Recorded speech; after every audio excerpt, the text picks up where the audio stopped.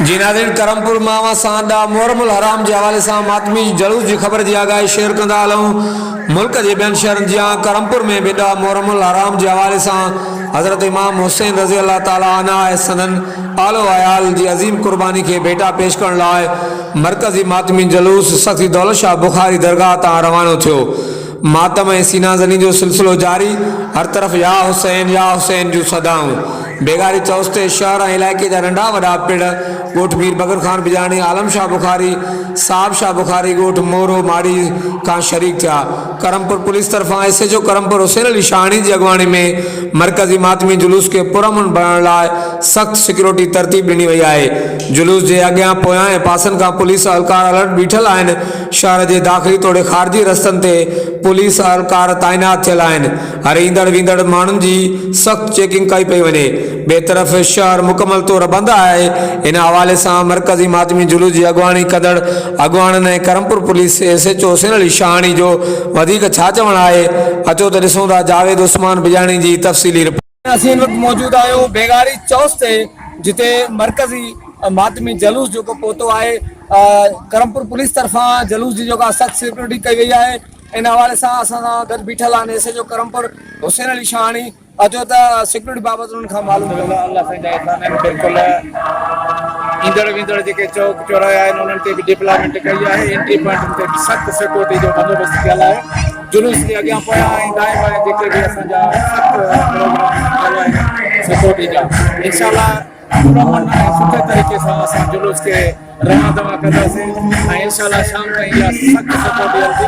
Deployment जी कंहिं बि क़िस्म जी कोताही न हूंदी। असांखे बाला अफ़सर साहिबान जे तरफ़ां जेके हिदायतूं मिलियल आहिनि उन ते अमल कंदे असां सिक्योरिटी सख़्त में सख़्त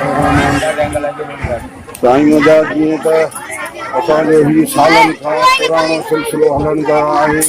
सफ़ी दौलत शाह सरकार खां हीउ पिण निकिरंदो आहे, जेको बेवारी पुल ते पहुचण खां पोइ 5 पिण ॿिया गॾिबा आहिनि। उन खां पोइ इहो मच्छी मार्केट ऐं विच शहर खां असांजी मरकज़ी इमाम बारगाह रक्षा स्टैंड करमपुर उते ज़ोरीन ऐं असर नमाज़ थींदी। उन खां बाद बाक़ाइदा वरी रवानगी थींदी जलसे जी। इंशाअल्लाह असांजो हीउ पुरअमन हमेशह पुरअमन रहियो आहे। असां इंशाअल्लाह अल्लाह सिक्योरिटी पुलिस तरफ़ां माशाअल्लाह असांजे 10 ॾींहंनि में सुठो तावन बेहतरीन तमामु बेहतरीन तावन असांखे मिलियो आहे। अॼु जे लिहाज़ सां बि हुननि जा इंतज़ाम असांखे हिन वक़्त ताईं तमामु बेहतरीन नज़र था। मरकज़ी जलूस जो रवानगी सखी दौलत शाह बुखारी करबला इमाम बारगाह सखी दौलत शाह बुखारी रवानगी थींदी। लतीफ़ी रोड ते 5 पिण करे थींदा आहिनि। हितां गुज़र थींदो आहे मेन बाज़ार खां इमाम बारगाह अबुल फज़लाबाद रक्षा स्टैंड बि आहे। उते ज़ोरनि नमाज़ अदा कई वेंदी आहे। उतां वरी गुलजना चौक अलमदार रोड खां फिरदो तो हैदर चौक ते ईंदो आहे। हैदर चौक ते मजलिस अज़ा थींदी आहे। मजलिस अज़ा खां बाद में वरी रवानगी थींदी आहे सखी दौलत शाह बादशाह करबला मौला इमाम बारगाह ते, जिते ज़री पाक नहर थींदी आहे। सिक्योरिटी जा इंतज़ाम तमामु बहितर आहिनि।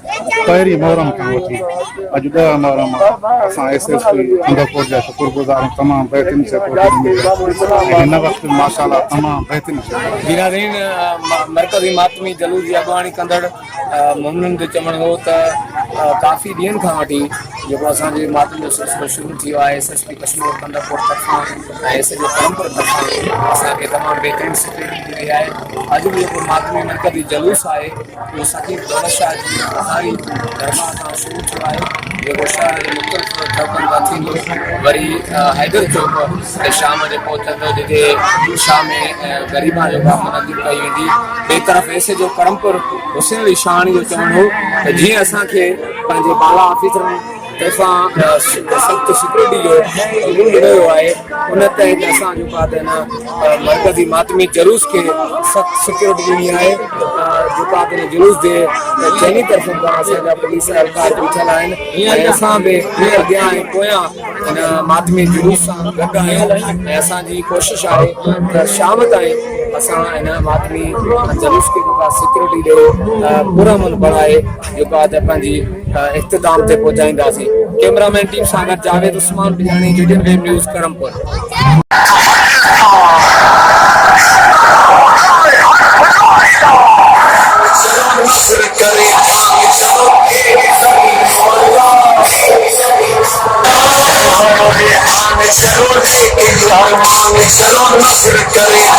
चलो